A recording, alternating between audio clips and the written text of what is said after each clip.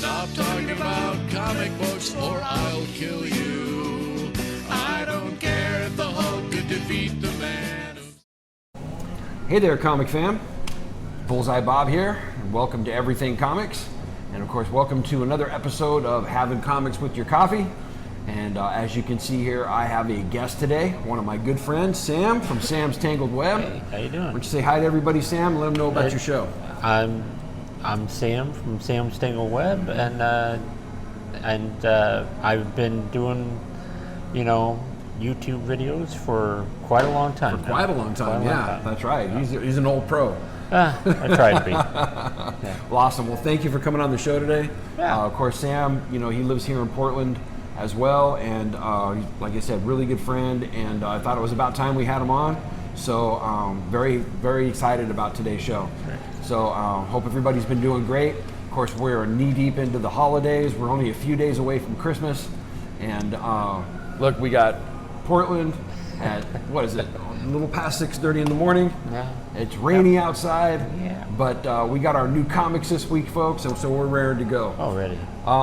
So a couple of things before we get into the show. I do have a couple of announcements. Like I said last show, I'm on another show.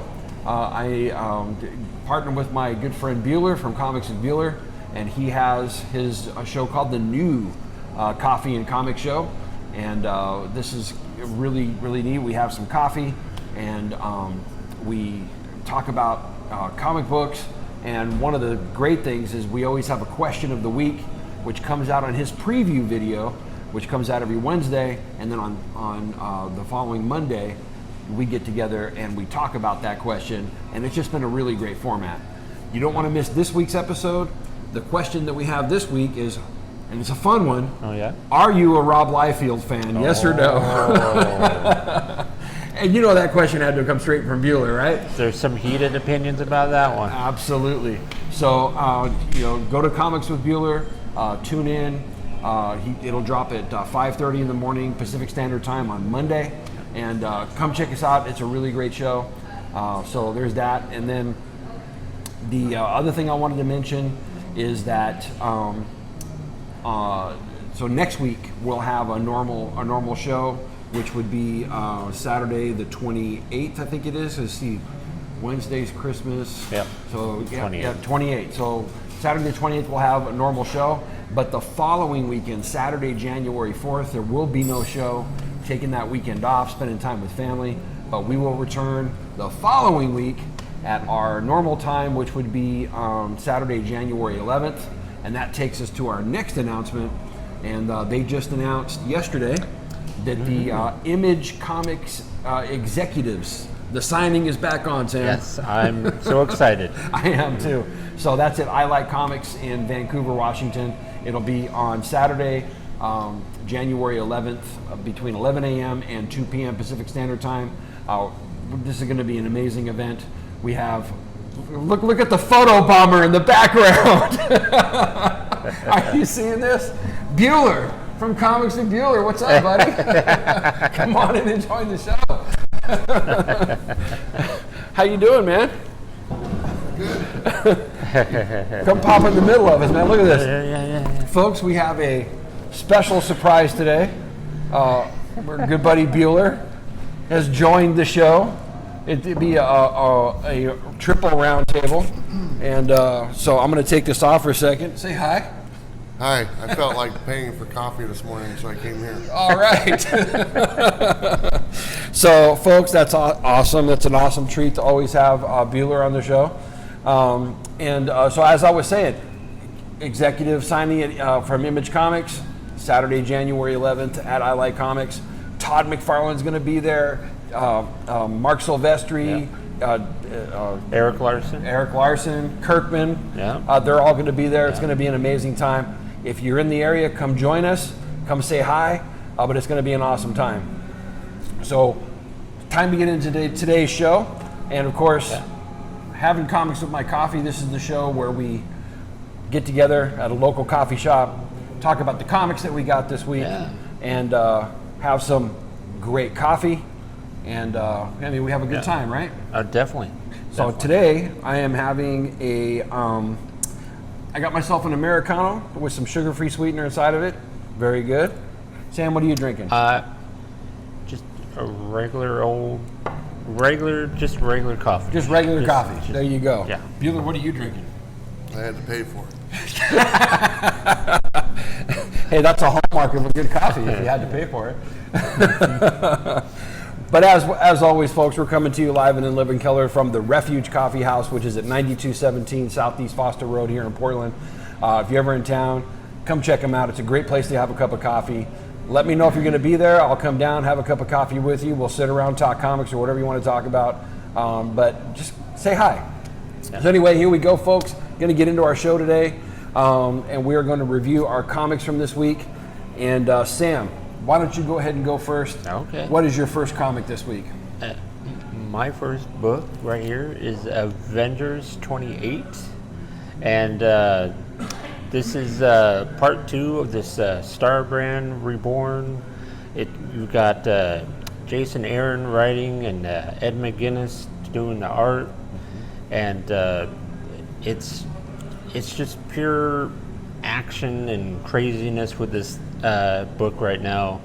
They're trying to look for this thing called the Star Brand, and there's a bunch of aliens species that are trying to stop the Avengers from getting there, and then you've got Silver Surfer and Terrax and Firelord after some of the Avengers, and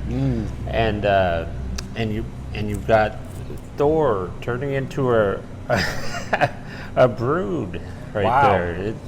And going after Captain America, and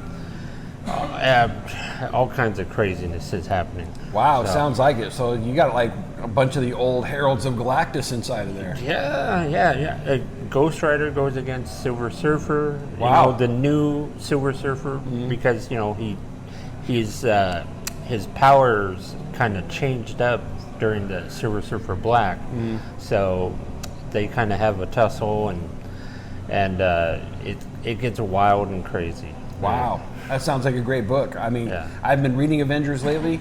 Kind of sad I didn't pick that one up. I may have to pick that one up. Yeah, That's good Yeah. stuff.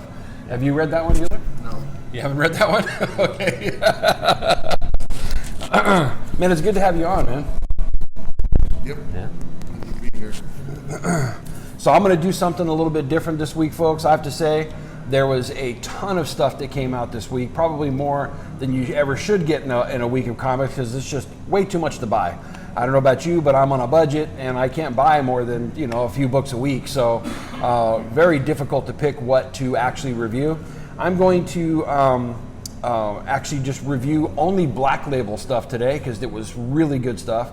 And then next week, since it's a very light week in comics, I'll probably bring the rest of the stuff that were my picks of the week, and we'll review those next week. I mean, the Daredevil was great this week. The Folklords was pretty darn good.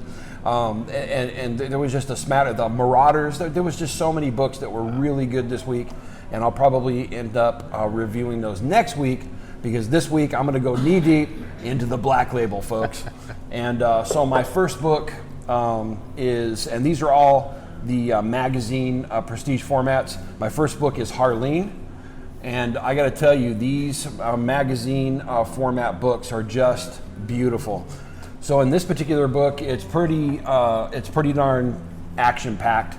We get the full story of how Dr. Harleen Quinn becomes Harley Quinn. I know we all know that story, but this really goes in depth.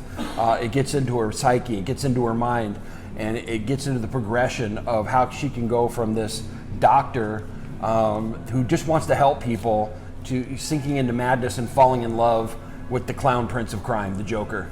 Like I said, it's narrated from her perspective, and the writing is really good. I really felt what she was going through, and of course in the background, all she wants to do is help. She thinks that she can, bring the Joker back from his madness, and that she's a different doctor than all the rest of them that's tried to work with them, and she fully believes that she's the answer for him. And then you have this whole other storyline with Harvey Dent, and he's started to go mad. I mean, we know Two-Face and his descent, but this is the point where he's starting to really go mad, and these guys called the Executioners show up. The executioners, that's what they do. They go out and find villains and they take them out, they kill them. They execute them, folks. He realizes he's got this force of cops who want to kill criminals, and they're coming to him as their leader. And he basically says, and this is really cool, folks, he says that going out and killing criminals is not the way. What we need to do is go to Arkham Asylum or Blackgate. Of course, he flips the coin, one or the other. Let's let them all loose. Let's let all those prisoners loose and let the city descend into a complete chaos, and they'll all find out that evil cannot be cured. And that was his plan. That way they can go ahead and kill all the villains that they want. Then we cut back to Harleen, and she basically is really starting to fall in love with Joker. And I got to tell you, I really felt the excitement of falling in love all the while this kind of maddening thing is going on. It's really, really cool the way it's written.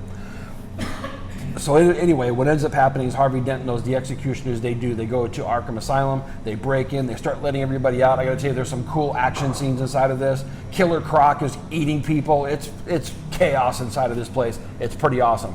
And then what ends up happening, of course, Harleen, she comes that night. She's going to go try to have an appointment with the Joker, and it's chaos there. And instead of doing what the cops say, which is to stay away, she rushes in to go get him.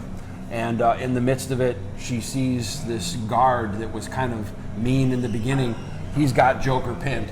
And so she basically gets this gun up off the floor, and in order to save Joker, she shoots this guy in the head. And then at that point, she realizes that she's no different than the rest of these guys, right? That she's just as evil on the inside, even though she wants to help. And that was the final straw, what sends her into this acceptance of who she is. And that's when she kind of becomes Harley Quinn. Understanding of what Two-Face is trying to do by saying that evil cannot be cured, and she's basically seeing that she's evil as well. So she kind of lends into that. And so then at the very end of the book, and I'll show you some of the artwork inside of this is pretty incredible. You can see the very last page where she's just full on Harley. And I don't know if you guys can see that. It's just the artwork inside of this is incredible, folks. And anyway, at the very last page, she full on Harley, but still on the side of her mind is that she can still save Joker because she loves him. Great book, there's a lot of fun. These magazine prestige formats are awesome, no ads inside of them, and I had a really good time reading this book, guys. So that's my first pick of this week. Sam, okay. What's your next book? My next book is this amazing Spider-Man 36. It's part of this 2099 stuff going on that I'm not a real big fan of. You don't like the 2099 stuff? Well, no, because it's kind of interrupting what was happening before in this book, and it feels like it's kind of interrupting the flow a bit, and I'm hoping things will get back to normal after this whole event. But the artwork in this is very good.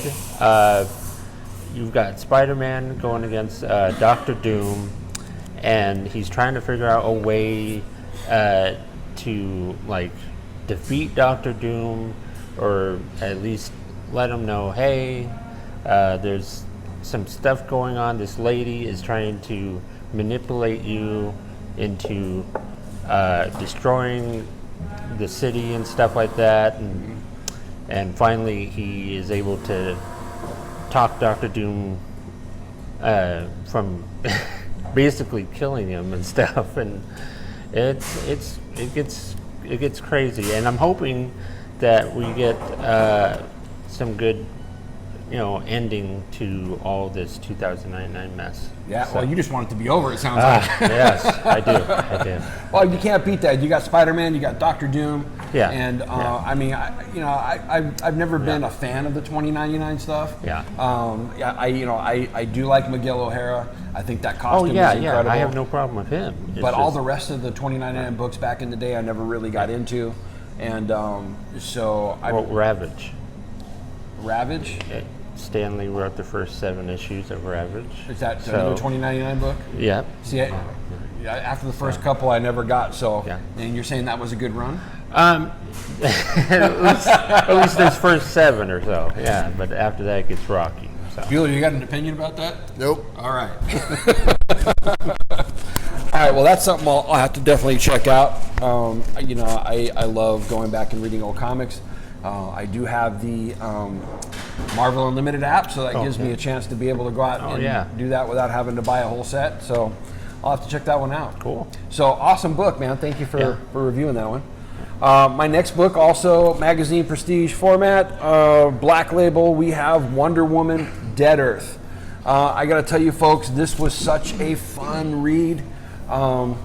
The artist on it and also the guy that wrote it is Daniel Warren Johnson. I know he did a pretty great image book that came out earlier this year. Bueller, do you remember what book that was? No. No? Okay. I didn't write it down. I didn't read it as well, but I have heard that it was really good. You'll probably hear a lot of from me pulling my lapel mic off, but that's okay. We can have some technical difficulties, right? Anyway, this was a really fun read. It starts you off in this apocalyptic setting. The whole world has been basically set afire by a nuclear holocaust. It doesn't say who started it, who ended it, but we know that the earth has been scorched and there's hardly anybody around. And we start off with this group of kids, and they're kind of, it doesn't really say whether they're hunting or if they're roving, but they're basically out in an area that they normally wouldn't be in.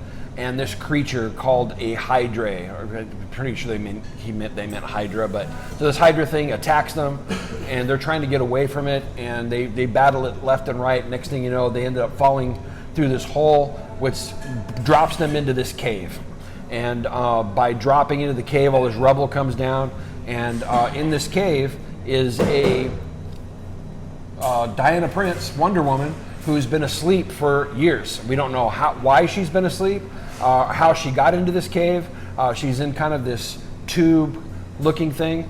Maybe she's in like hypersleep or something. But she wakes up and she has amnesia. Her powers are she's weakened and she can't fly. But immediately she basically saves these kids from this Hydra thing. And so the kids basically said, well, come with us. We live in one of the only settlements that's safe, and takes her to the gladiator pits. Apocalyptic settings always have a gladiator pit. And so he basically throws her in there. And so here comes the big creature that's supposed to be this thing she's going to have to fight. And what comes out? A mutated version of Cheetah. Yeah, Dr. Minerva, folks. It was a pretty great scene.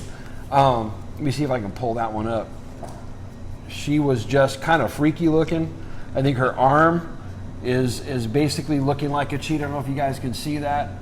You can see the cheetah arm right there, and she's all puffed up. You see that there, Bueller?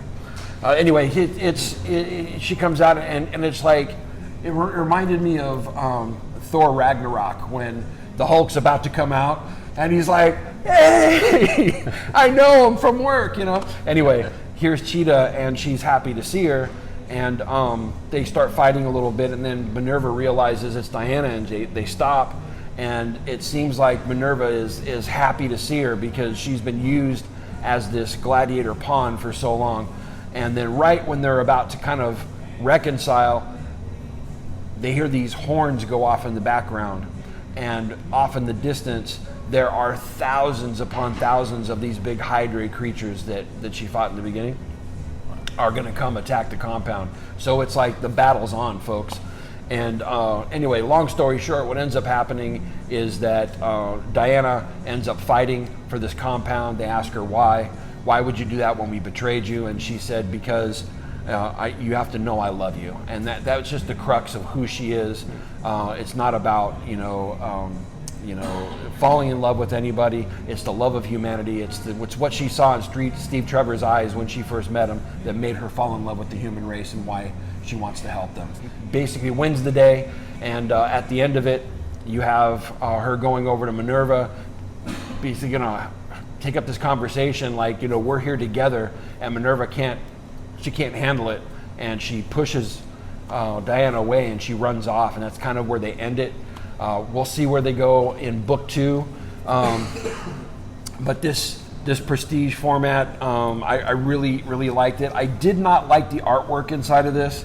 Kind of felt like a Sunday Funny Papers, kind of like, you know, that type of artist mixed with a comic book artist. You can see by the back cover. I don't know, I just don't like that type of artwork. That's a personal preference, and I know some other people have said that they liked it. It just wasn't my cup of tea. But the writing was so good. Pick this one up, folks. I think you'll have a lot of fun with it. But there you go, Wonder Woman, Dead Earth. There you go. Wow. That's my book too, man. Wow. Okay. How about you, my friend? Okay. What's your my third pick here? This is your pick of the week, right? Well, this might be because this is my first time reading this stuff. This is a reprints of about the Eternals from. This is reprinted from What If number 23 to 30, and these were the backup stories from that old What If series about the Eternals, and it's about how they were created. Basically the Celestials came to Earth, and they picked a bunch of the pre-human beings that were there, and they experimented on them, and they created these deviant people. Then they created the Eternal people, and then, you know, the Eternal people had a big city. They had a war, and then some of them got shunted off to another planet because they just wanted to go to war. And so the ones that stayed on Earth, they rebuilt and all that. But the ones that ended up on the other planet, they ran into one of those Kree Sentry big robot guys, and they destroyed it, and they're like, oh, this is no big deal. Nothing bad's gonna happen here, and sure enough, the Kree are like, oh, we're not getting this one robot of ours isn't we're not getting anything from it, and then they went to go investigate, and meanwhile the people that were there, they built some kind of ship because they wanted to go back to Earth, and well, on their way back to Earth, they got shot down by the Kree, and they ended up on Titan, and that's where some of the Eternals that like Thanos' father, and right. That's where they came in about, and so this was amazing to read some of these. I had never read any of these, and we got the Eternals movie coming up. That's right. And so this really got me going about learning more about this stuff. That's it's pretty awesome. cool. Yeah, I mean, that really takes you back to the beginnings of the Eternals and the Deviants. Yeah. And I think I'm excited about the movie because Yeah. growing up, I never read the Eternals. Did you? No. Right. No. See, I don't know very many people that did. No. You know, but you know what the I do MCU know. did with the I mean, Yeah. I don't know anybody when I was a kid reading Guardians of the Galaxy either, right? But look what they did with that movie. Yeah, Right? And so I'm really hoping that they do the same treatment, you know, to the Eternals and the MCU. I know a lot of people are reading this stuff. I'm reading it now as well, so I can get, you know, caught up on the history of who these characters are. Oh, yeah. And I'm kind of excited about it. I man. am too. It's going to be I'm good. too. It's definitely going to be good. Yeah. So there you have it, folks. That's Sam's pick of the week, The Eternals. Yep. And what's the name of the book? It's called The Eternals: Secrets from the Marvel Universe. Oh, Secrets from the Marvel Universe. That's awesome. Yeah. There you go. Well, thank you very much, Sam. Yeah. And okay, folks. Well, this is my pick of the week, and again, keeping on the Black Label magazine format, we have The Joker: Killer Smile. I got to tell you, folks, this was an awesome book. It's written by Jeff Lemire. The artwork is by Andrea Sorrentino. And this is just a fun ride into the descent of madness. You basically are left, we start off this book where we left off, where we have the doctor that's meeting with the Joker. And it was kind of cliche. We know that story trope. You know, here's another psychiatrist is going to meet with Joker, and we know he wants to get into the Joker's mind, but we know by the end of the book, the Joker's going to get into his. And that's exactly what happens. And I was thinking when I first picked up that book that, we've read this before, but it turned out to be really good. You got to love Jeff Lemire's writing, right? And so here we are in the second book, and this doctor, he's back there with the Joker, and already the Joker is playing his games with this guy. And the whole premise of the story is, if you go insane, would you ever really know it? And so there's scenes where the doctor's at home and he's with his wife and his kid, and he can tell something's off. He goes back to the Joker and he's having these conversations, and it's zany, it's creepy, it makes your skin crawl. The writing is so good, the way he portrays this. And then what ends up happening is that the Joker mentions the name of this doctor's wife and kid. And he's like, how do you know their names? I never told you their names. And he's like freaking out about this, and he says, of course you told me their names. He says, I've only been here for 3 weeks doing therapy with you, and during that time I don't think I've ever said their names. And he says, doctor, 3 weeks? You've been here for 3 years. And he's like, starts to trip out. He goes home and he sees that his wife and kid are not there. He's been daily having these hallucinations. Over 2 years ago, his wife and kid actually had left him, and he's been by himself with his own thoughts every day, still having all this therapy with the Joker, and he doesn't realize the point where he's actually have gone insane. And the juxtaposition of that and how that comes about is so well done, so well written.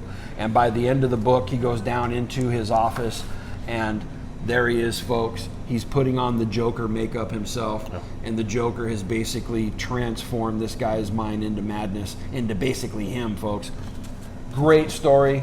You got to pick this one up. I really can't wait to see where they're going to go with book 3 now. But this is my pick of the week, and I got to tell you, this is really good, folks. Wow. And there it is. So, Bueller, have you read any of these books? No. No. Okay. I appreciate that. So those are our main books for this week. We have a couple of mini reviews. Sam, what's your first mini review? Well, you know me. I like my True Believers. Yeah. Buddy. And this is True Believers: Annihilation, the Super Adaptoid. This reprints Tales of Suspense 82 and 84. They skipped 83 because it didn't have too much adaptoid, I guess. Because in 82 he playing all these little weird mind games with Captain America, and in 84 he's like captured and he wants to get close to the Avengers, and he absorbs their powers and stuff, and Captain America has to face him alone, and it's crazy. Stan Lee and Jack Kirby, I can't beat that. Great stuff. That's awesome. So would you recommend that one? Totally. Absolutely. Cool deal, man. My next one is also Black Label. It's Batman: Last Night on Earth. Of course, Scott Snyder and Greg Capullo. Love that team. A lot of the stuff to come out. This was a really fun read. I loved issues 1 and 2. The third one is just as zany as the first two. It basically is a story about Batman. It's a clone of Batman, and it kind of evolves from there. Anyway, I give this one a hearty pick it up, folks. It's really good. Sticks. What happened to the sticks? Were we off the rails on the show? We're not doing a rating system this week. 2 sticks. 2 sticks, definitely up. Tiny thumbs, 2 sticks. Anyway. What's your next one, Sam? And this one here is the True Believers Annihilation with the Super Scroll. Once again, Stan Lee, Jack Kirby doing what they did back then, just pumping out great stories here. You got Loki is stuck somewhere, and he's trying to figure out how to once again get back at his brother, and he's like, well, I'm gonna try and find somebody who can go against Thor, and of course, who does he find? He finds the Super Scroll, and all kinds of fighting and craziness happens, and it's a great read. Awesome stuff, So, man. yeah. So you give that one 2 sticks up? Definitely. All right. All right, folks, and my last one of the Black Labels this week is The Last God, issue number 3. Again, this book, folks, if you've watched my other videos, you know that when this first came out, I really loved it. And second book, writing was kind of disjointed, so that kind of had me concerned. And here we are with book 3, and this is the first of the Black Label books that I just could not get into, folks. I'm sorry to say, I really had high hopes for the story. I really hope that it does, get back on track. But I think the writers here have gone way too far in trying to create this huge story. It's Philip Kennedy Johnson and art done by Riccardo Federico, or Federici, whatever his name is. I always have a hard time pronouncing his name. But bottom line is that when you're reading it, they've got so many characters that I'm having a hard time following who's who. And then they're trying to tell the story in what we've seen in the first book, and then going back to when this original thing happened, when the king supposedly had taken down this last god, and he was infected by this, basically it's a zombie kind of creeping plant life type thing that turns people into zombies, and he's been infected by it. Nobody knew it, and so the first, like I said, first one was great. Second one started to go off the rails a little bit. This was so hard to follow. I couldn't tell who was who. And then they start using kind of King James or Shakespearean language at one point, and it doesn't translate well. And I had to put it down and pick it up 3 different times, and I still didn't get to the end of the book. And so, sorry to say, I got to give this 2 sticks down. I will pick up the next one. I usually give it about 4 or 5 before I stop, and I really hope this gets back on tracks. But there it is, folks. Last God. The only one of the Black Labels I've given a bad review to so far. And I don't know, what do you guys think? Did you read this book? Let me know what you think. So that's basically it on our review, Sam. Thank you for bringing the books that you did. Oh yeah, these were a lot of fun. So one of the things that we did last week when Sleepy Reader was here on the show is we did we have our question of the week. What was some of our favorite Daredevil stories? Had a lot of fun with that, and got a lot of response afterwards from you guys. I thank you so much for that. And a lot of you have commented on what your favorite stories are. And I have to say, I am such a Daredevil fan that there are so many different stories I could have chosen. I didn't. I usually, when I delve into that character, I look at it from the writers, right? And so I don't look at it usually from a storyline. I'll look at it for runs. Yeah. So, and I love just about all of them. I love Jerry Conway's run. I loved Stan Lee's run. Ann Nocenti's run was just incredible. D.G. Chichester, his run was incredible. Mark Waid, Red Brubaker, Brian Michael Bendis, Carl Kessel. I mean, we had so many different great runs by these writers. Of course, the Frank Miller run. And so, because of that, maybe at some point we'll do just a deep dive on Daredevil, and we'll go through each of the runs by those writers. Oh, that sounds good. And then I can show you, some of the highlighted stories in each of those runs. Let me know what you think about that. If that's something you'd like, I think that would be a great show. Maybe we'll split it up into a few shows, because with the Daredevil library, it's huge. I mean, there's so much. I think I was talking with Bueller at one point. We're talking about doing just the keys, and there were so many of them. I don't think we could have put it in a single video. So Yeah, same type of thing. But let me know what you think about that.